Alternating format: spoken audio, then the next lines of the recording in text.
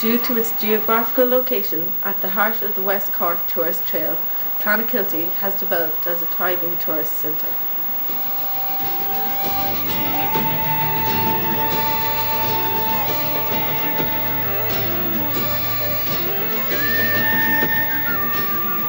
Clonakilty was founded in 1613 by Richard Boyle. Previously, a native Irish settlement was situated in the area. Until the 19th century, the economy of the town was completely agricultural.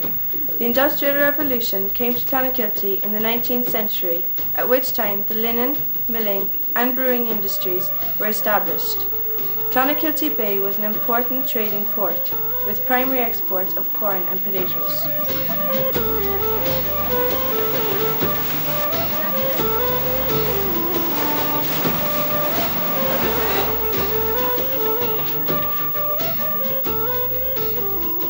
I suppose it started back in the early 60s when a group headed up by the late Liam Collins, a solicitor, started doing packages by train from Dublin. There was a train in Clonakilty those days.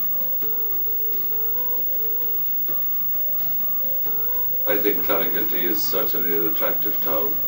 Then with Inchinani and your beaches and countryside and that, so it is environmentally very attractive.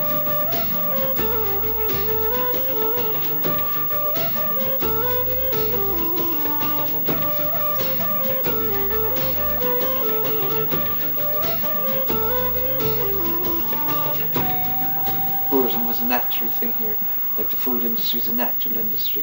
80 to 90% of the developments from 1991 have been hanging off something to do with tourism.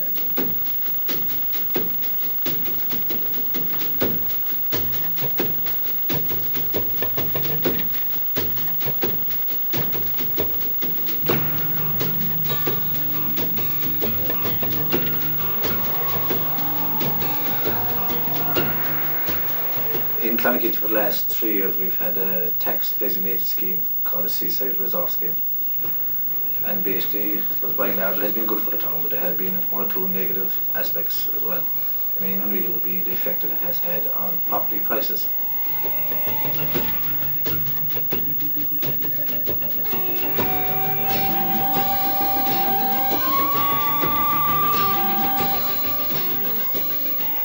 Where you have people, unfortunately you would have litter.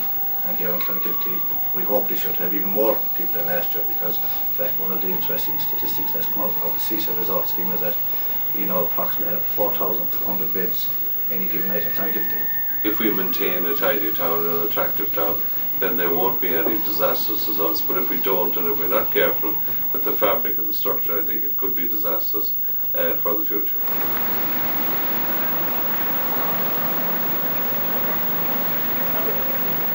Downside, probably streets are a bit dusty, you can't get up and down and there's so much building work going on. It obviously puts pressure as well on the roads infrastructure, and as we all know we have a lot of traffic congestion in Clonakilty, particularly during July and August, where we have a peak number of tourists around.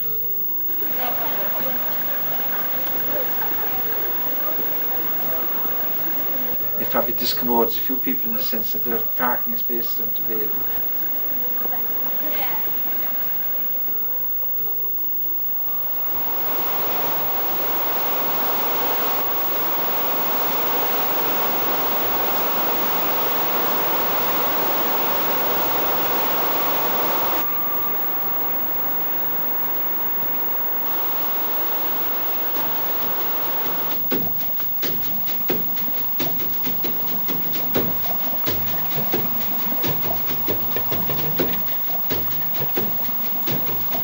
We are very fortunate. Well, 10 years back when they built the sewage treatment plant here in Clonakilty, it was actually built to cater for this development. I'm sure at that time they never planned the scale of development that took place, but nonetheless it has happened, and yes, the plant has coped pretty well with it.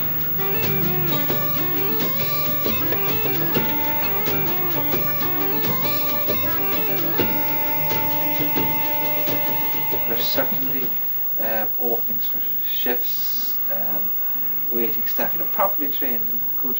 People will pay, and small countries have made a fortune out of tourism.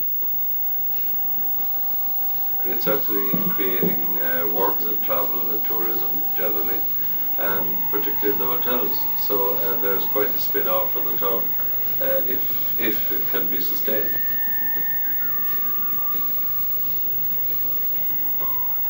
You've had a tremendous amount of work for builders, providers, painters and decorators. Everything that's built must be maintained.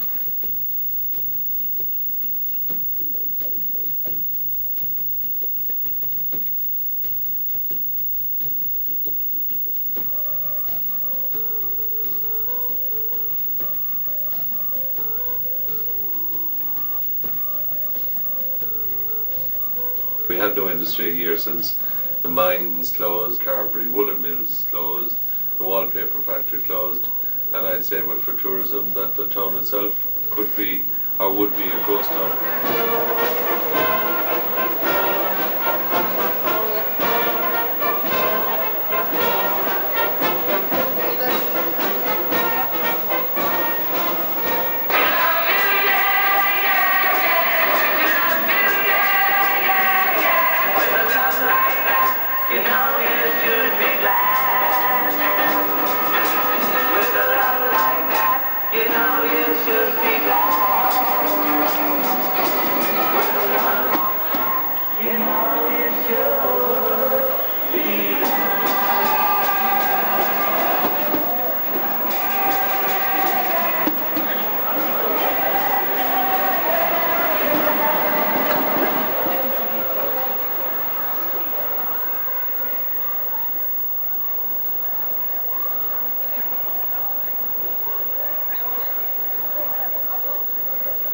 We have something that's sustainable, whereas other industries are suffering.